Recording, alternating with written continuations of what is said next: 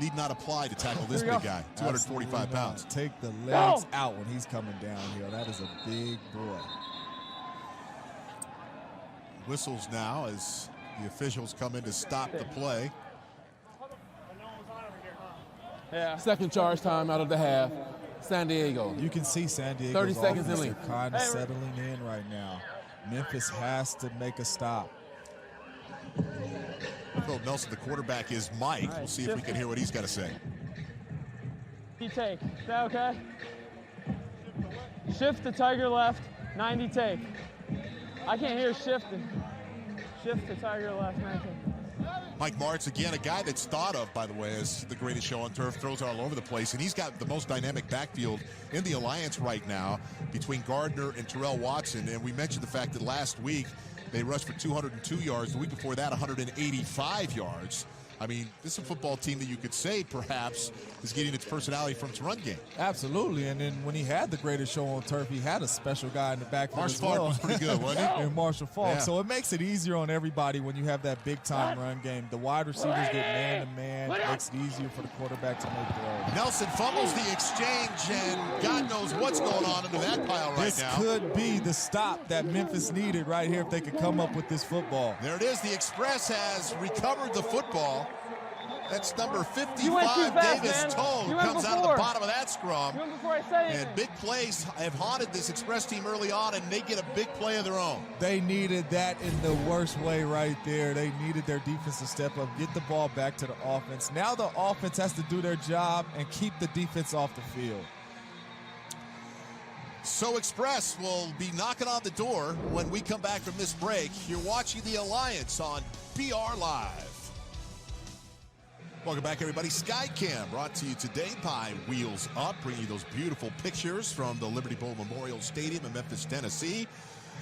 The Express down 14-3, but a huge play has just transpired as Davis Toll, the Express linebacker, comes up with a fudged exchange between the Fleet center and quarterback, and now Zach Mettenberger will take over the ball at the 35-yard line.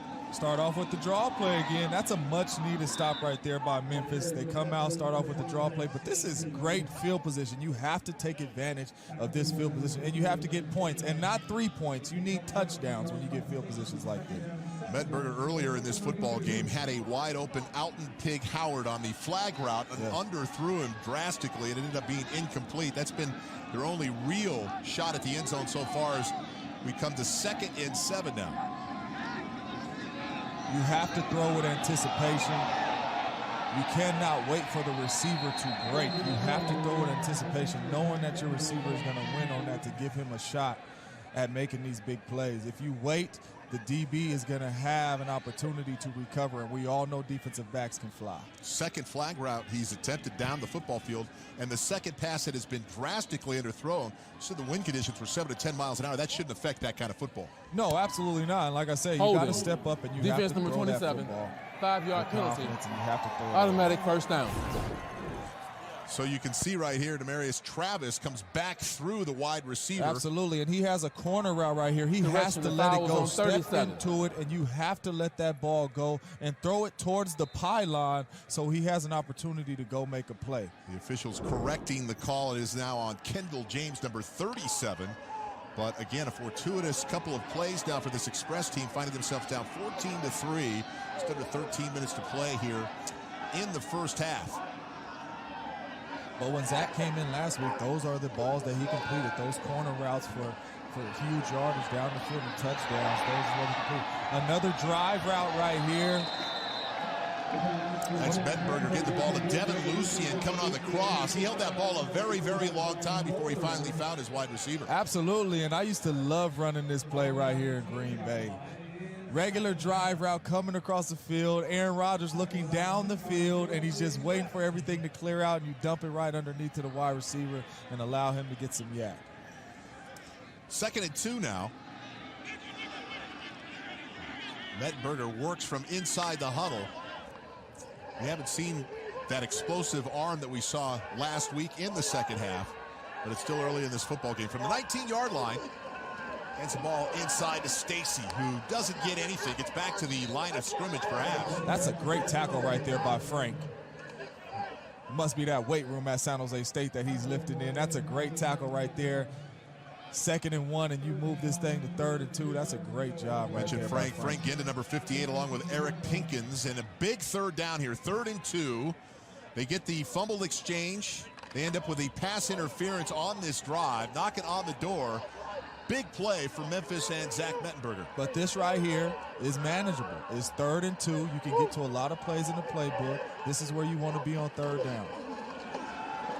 His own play to the left is stuffed outside immediately. And again, there's Ginda, the youngest player on this Fleet defense, making his start for A.J. Tarpley. Take another look. Frank is having a game right now. He is flying downhill, making a lot of stops right here. As you can see him right here coming downhill, disrupting the play.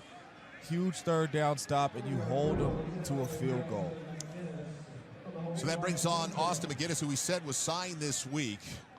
Again, all SEC for the 4 years he was at Kentucky, and was good on his first attempt. This one from 40 yards, and again, right down the middle. I'm going to tell you right now, field goals will not win this ball game. So Memphis back on the board again. They trail 14-6 with just under 11 minutes to play here in the Alliance. All right, welcome back, everybody. San Diego Fleet up 14-6, just under 11 minutes to play here. And Memphis unable to capitalize on a couple of big plays, have had to rely on their new field goal kicker for their points today. Meanwhile, we've got Philip Nelson, who coughed up the center exchange in the previous series. Well, looks to be working back under center again on 1st and 10. You got Big Bruiser in the backfield. I think they're going to run this one downhill at you right now to kind of calm down a little bit after the turnover. Nelson straight back pedal, looks at the crossing route and misses his intended wide receiver. That's Nelson Spruce, who had a big game last week. 4 catches, 50 yards, and 2 touchdowns, as a matter of fact. You talk to Philip Nelson, the quarterback. He says one of the great things about Nelson Spruce is, other than he's got a great name, Nelson to Nelson. Kid is really smart, understands defenses, and knows how to get open. Absolutely, and right there he was open. You got to step up and you got to make that throw. He's coming across on a basic route, and you got to be able to deliver that ball. Counter motion by the wide receiver. Watson, the deep back, gets it straight up the middle. Gets rid of one tackler, but can't get rid of the second. Is that DeMarcus Gates with the tackle inside? Vereen also there. So this here is you a go. Huge 3rd down stop right here. How about that? You get a turnover, you turn it into 3 points. This defense has a chance now for a 3 and out at 3rd and 9. And as I mentioned earlier, pretty good defensively. About 33% coming into this game. 1 of 2 today so far. Empty backfield, so obviously we know what we're going to get. I can see them trying to use a little quick game right here, get the ball out of his hands fast and let the receivers run. Plenty of time for Nelson, who steps up, touches the ball. Uses his legs. And hurdles the intended tackler. That's number 21, Terrell Bonds, who can't get him down, and that's going to move the chains for San Diego. Hey, that's great effort right there by Philip Nelson. As you can see, they spread them out. It's 4 or 5 wide receivers. No linebackers. Quarterback understands it. Everybody's back is to the field. You're able to run and create. And listen, that's effort right there. You know that you got to get the 1st down. You don't want to put your defense right back out there. Great job by Philip Nelson. By the way, Nelson, the leading rusher for the Fleet team right now, 4 for 27, as long of 10, as he's back under center on 1st and 10.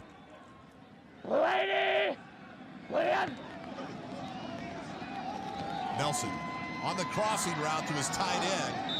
That's Escobar, who spent many years with the Dallas Cowboys, a 2nd-round pick back in 2013, and entered this game with 10 catches for 118 yards on the season. And that's another drive route. You always keep a guy right in the quarterback's face, just in case the downfield throws are not there, and you dump it down underneath. Great job.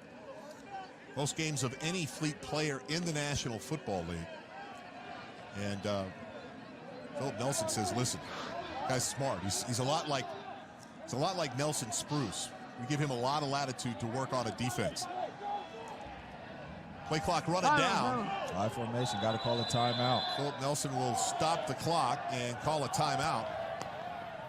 3rd and final charge timeout of the half. San Diego, 30 seconds. Slick. Yeah. Right? Yeah. See what's going to happen. Get up close to the Yeah, spot, we're gonna right? Just jump back and get him the ball, all right? Yeah. All right? Same play? Sounds like a formation issue more than anything else. Mike's like, listen, you got a 245-pound sledgehammer in the backfield. Let's turn around and hand it to him. Absolutely, and let him go downhill and force Memphis to tackle him. He will wear a defense down if you got to continue to tackle him play after play. Look at Nelson's numbers, 5 of 7, 87 yards and a touchdown early in this football game. And again, they've done a pretty good job, this Memphis defense, containing thunder and lightning. Terrell Watson and Jaquan Gardner, they've combined for 7 carries and just 6 yards. They're making them one-dimensional right now, but they're not stopping the pass game, and that's what's hurting.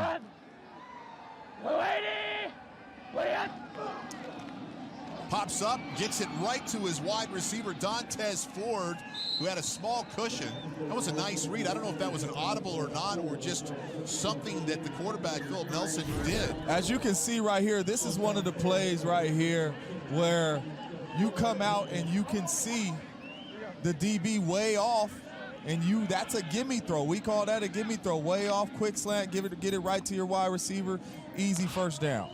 What did Aaron Rodgers, did he wink at you? I mean, did you know that was coming when Aaron winked at you? Or? When he looked at you twice, you knew you were going to get the ball. You knew it was coming to you. 1st and 10.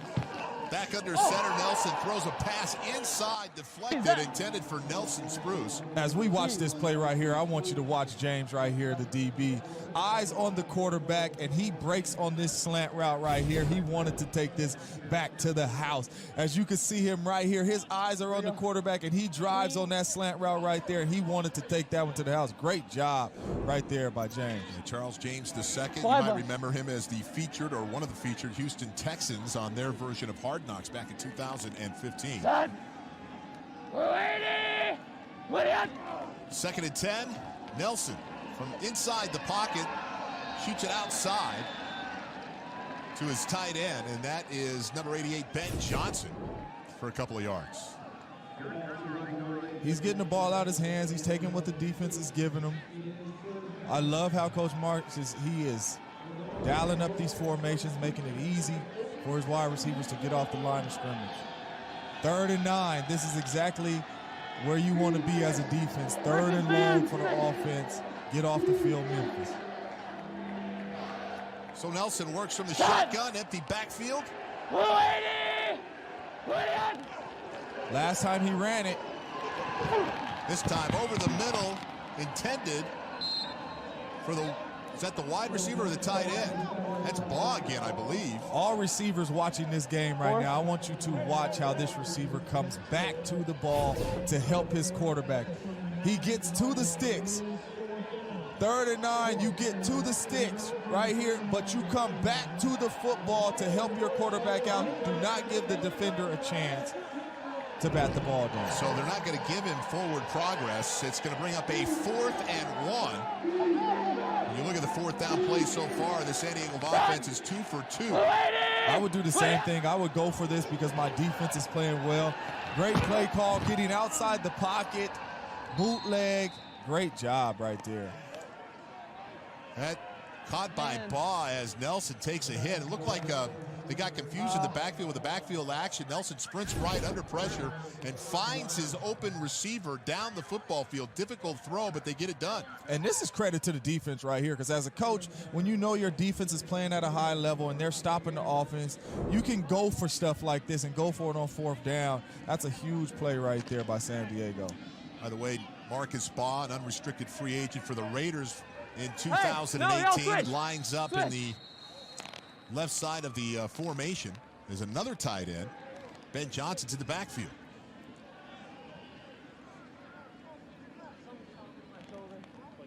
Something's popping. No, it's going in the collarbone. You hear Philip Nelson saying something's wrong with my shoulder. My collarbone is popping as the medical staff takes a closer look. The head coach of Memphis is challenging the ruling of a completed pass on the field. The previous play is under review. And that was the stoppage of play there. Mike Singletary throws out the red flag and challenges the reception. that moves the chains. That means we'll go upstairs now Okay, to our so replay official, Johnny he thinks Oldham. he's challenging the completion ruling. Okay, so let me tell you what I can see right here. I can see 2 hands under the ball, just fine, with control. Actually, you can even confirm this. This is a confirmed catch at the spot of the catch. So he loses the challenge. That's a confirmation, and make sure you charge him a timeout. What do you think about this replay official? Is this something the NFL should put in place? After review, the ruling on the field is confirmed. The pass was complete. Memphis will lose a timeout and will have 1 challenge remaining in the half. I mean, I love it. I love having the replay officials up there. But listen, Coach Singletary, as a coach, I understand that you're trying to help your team out, but you cannot give up a timeout on a challenge like that. That is a bad challenge. You clearly see the receiver has both hands under the ball. You cannot make a challenge like that. That's hurting your team, losing a timeout. We can see Nelson, who came to the sideline, said something's popping in my shoulders, come off the field now and has gone into the examination tent to be taken a closer look at by the medical staff. And that brings on Alex Ross, who has been the 3rd string quarterback. He is, of course, out of Coastal Carolina and threw for nearly 11,500 yards over his time there, as well as 91 touchdowns. So he'll take over for the Fleet under center, 1st and 10. This is why you have good running backs right here. You're able to help the quarterback out and hand the ball off. I would not come out passing the football. And he goes after Ben Johnson, who came into this game with just 1 catch for 7 yards on the season. You know Mike Martz is not scared. Mike Martz going to throw regardless of who's back there. I understand that, but if you want to help your young quarterback, turn around and hand it off to those 2 studs you have in the back. You know, this is really interesting. They protected Josh Johnson. Of course, he signed with the Washington Redskins. They lost John Kitna to the Cowboys. He was their offensive coordinator. They've gone through 3 quarterbacks now, and they're still 2-1 and lead this game 14-6. Leaning on the run game. Come out with another pass play, take a shot. We got a fly route, big boy fly route. That's unbelievable right there. That's a big-time play right there. Splits Marcus Baugh, the 6'4", 240-pound tight end, out wide. Ross drops back, sees man coverage, and drops it down the chimney to the big tight end for the touchdown. And this is a great play. This is a fly route right here, on the right here. But listen, what I love about this is he leaves space. He leaves space. He's holding that line. You get space down there, and you give the quarterback an opportunity to throw the ball to you, and you're not tight on the sideline. You leave him space to be able to make that throw. That is a great job by the wide receiver. Big time throw and catch right there. Had a safety, Jeremy Cotrere, on him, which you'd think would be a pretty good matchup for Memphis, but they give up the big play as we now go to the 2-point conversion. Ross hands the ball off inside to Watson. He's hit in the backfield and dropped by Drew Jackson, the middle linebacker. But going back to the touchdown, they come out, new quarterback in, 2 pass plays back-to-back. I said run it. That might be a reason why I'm not a coach. Huge throw. All right, so San Diego takes a 20-6 lead after Alex Ross comes in and takes a shot but throws a touchdown. We're back with more right after this. Welcome back, everybody. That app, by the way, is the #1 in both the Google and Apple stores. And if you download it now, there are apparently all sorts of Easter eggs hidden in it. So see what you can find and enjoy. There he is, Alex Ross, who came in for the injured Philip Nelson. As soon as we know something about Nelson, we'll pass it on. But Mike Martz, it doesn't matter who's playing quarterback for me, we're throwing it. He hits Marcus Baugh on a fly route, splitting the tight end out wide against a safety. And San Diego takes a 20-6 lead with about 5:41 left to play here in the first half. And that's what you call taking advantage of your opportunities. You're on the sideline, you get a chance to play, and you come in and you throw a strike down the right sideline for a touchdown. So Zach Mettenberger, who has been rather pedestrian earlier in this football game, works out of the quarterback position and finds his intended receiver Reese Horn underneath against the zone for a pickup of about 11 yards. Another great job by the wide receiver coming back to the ball, get it in your hands fast, and you're able to make a move and get 5-6 yards after the catch. You would hope that the tempo would pick up, a sense of urgency if you're the Memphis Express. And yesterday, Zach talked about they wanted to come out and put up points so their defense can finally play from having a lead, and that has not happened. Well, they haven't been able to get Zach Stacy going at all in this football game. Been a nice job by this defense. Frank Ginda, who's been in for A.J. Tarpley, who, by the way, was the Alliance's Defensive Player of the Week after that 27-yard interception return for a touchdown last week, has had a big game so far. And I remember watching Frank in college at San Jose State, and he was in every play, whether it was 50 yards down the field or whether it was 5 yards in the backfield. He was in on the tackle. He's a great linebacker. As we mentioned, this league is about second chances, opportunities. Guys want to get to the next level. As Mettenberger throws the ball downfield deep. And what a terrific catch by Reese Horn, the 6'3", 215-pound wide receiver. Now they're going to call it incomplete. That looked like a catch to me. Looked like a catch to me as well. And those are the type of plays right there where you build confidence in the quarterback, and no matter who is on you, he will throw it up so you can make a play. Let's take a closer look here. That is fighting for the ball, diving. Has the ball. I can't tell. That's close right there. That's close. But that's a great effort. The ball can actually touch the ground and move as long as you maintain control of that football. In that case, it looked as he did, but they're going to call it incomplete right now. 8 receptions, 95 yards on the season, brings up a 1st and 10. They're stopping the run. They're shutting down the run right now. They gave him the completion, correct? Yeah, they gave him the completion, yes. Absolutely. We thought there for a second maybe they were talking about whether or not the ball was fumbled or down, but yes, they gave the completion to Reese Horn, the wide receiver out of the University of Indianapolis.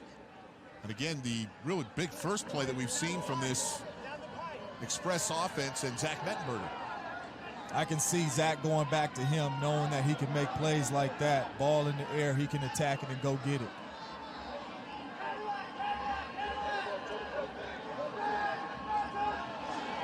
Second and 9 inside to McGee, the running back.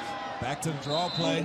Takes it inside the 20-yard line down to about the 19. And you've seen Zach audible that when you hear the Cadillac, Cadillac, Cadillac. You know, that's downhill run right at you.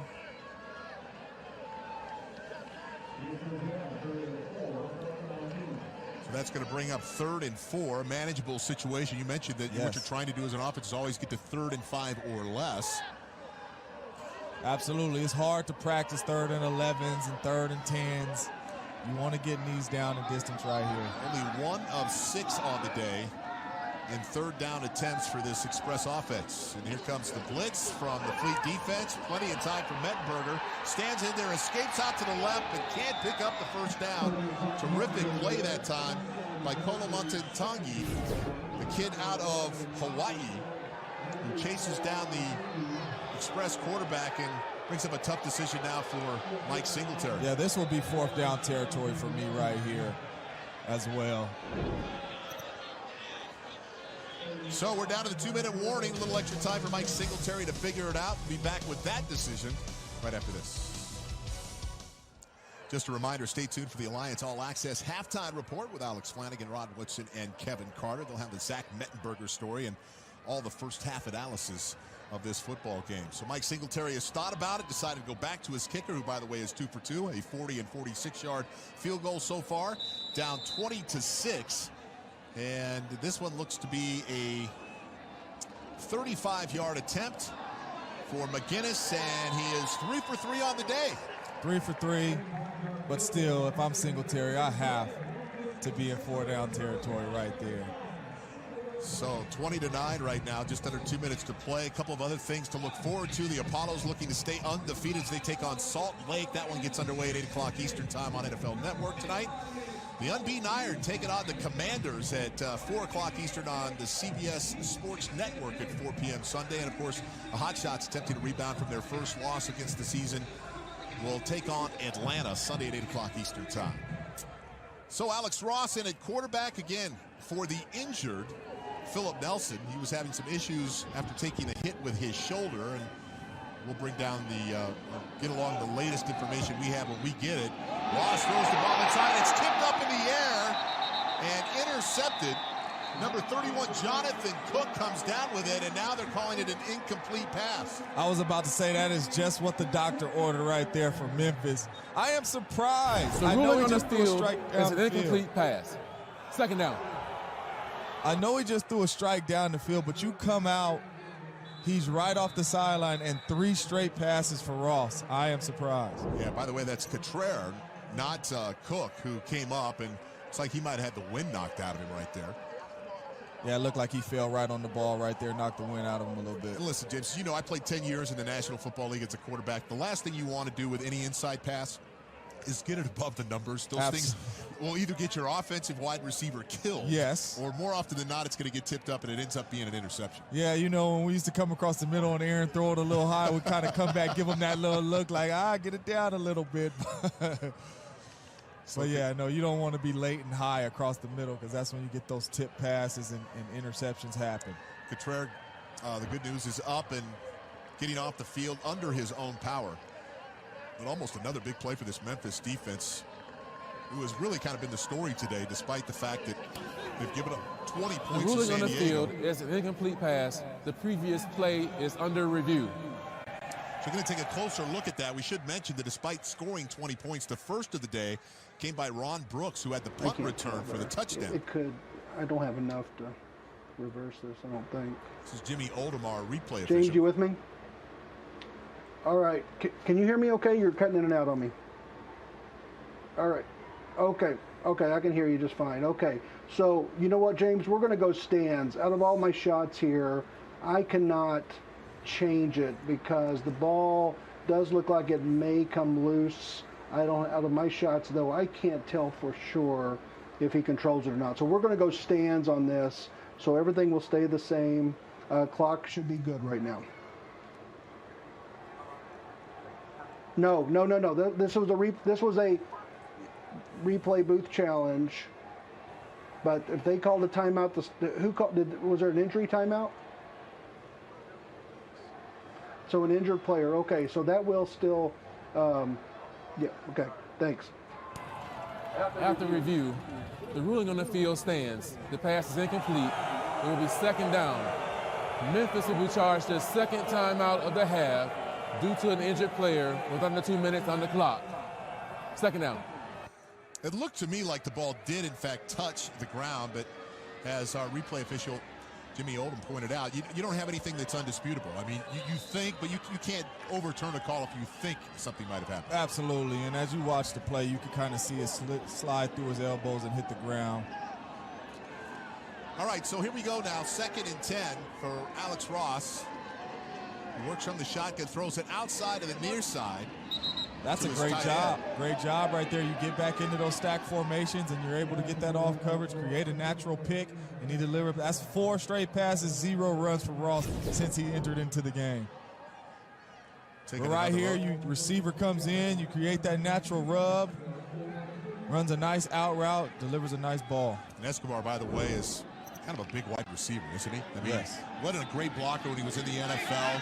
His forte is catching the football and very comfortable in these 2-minute situations. Back in the stack formations here on the left. 3rd and 2. Ross under pressure. Shoots in the far sideline and intercepted. Drew Jackson, the middle linebacker, gets his eyes on the ball in his hands and steps out of bounds, and Memphis will have the ball with 1:35 remaining in the first half. You couldn't hear me right here next to you, but I was saying in my head, no, do not throw that late down the sideline right there. Big stop by Memphis's defense right here. But as a quarterback, you just got to throw this out of bounds. Let that one go, live to fight another down. Do not force it on the sideline right there and throw an interception. 6th-round pick out of Indianapolis in 2014. Drew Jackson has led this team in tackles the last 2 weeks and comes up with a huge play right there. The offense has to step up right now. This is the drive for them. Great field position again. You have to step up and make a play. Edberger hands the ball off inside. Is that Beatty? Yes. The draw Sherman play. Beatty with the carry for about 8 yards. The draw play has been there all game long. I would stick to this for a little bit to settle my offense and my quarterback down a little bit. Beatty, by the way, led the Express in rushing last week.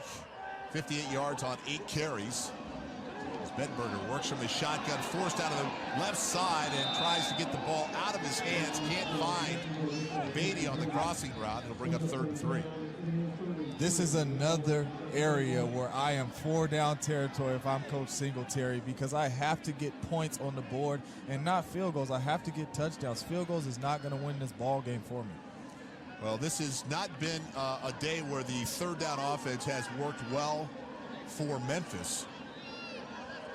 They have struggled all day long as Mike Singletary 4 wide. looks on. 1 of 7 on the day. I would go up top to number 17 on the right. The crossing route to his intended wide receiver. That's number 81, Alton Pig Howard. He breaks a couple of tackles and is pushed out of bounds inside the 5. That's another drive route that I've been telling you is my favorite route of all time. As you can see right here, he's coming across the field on a drive route.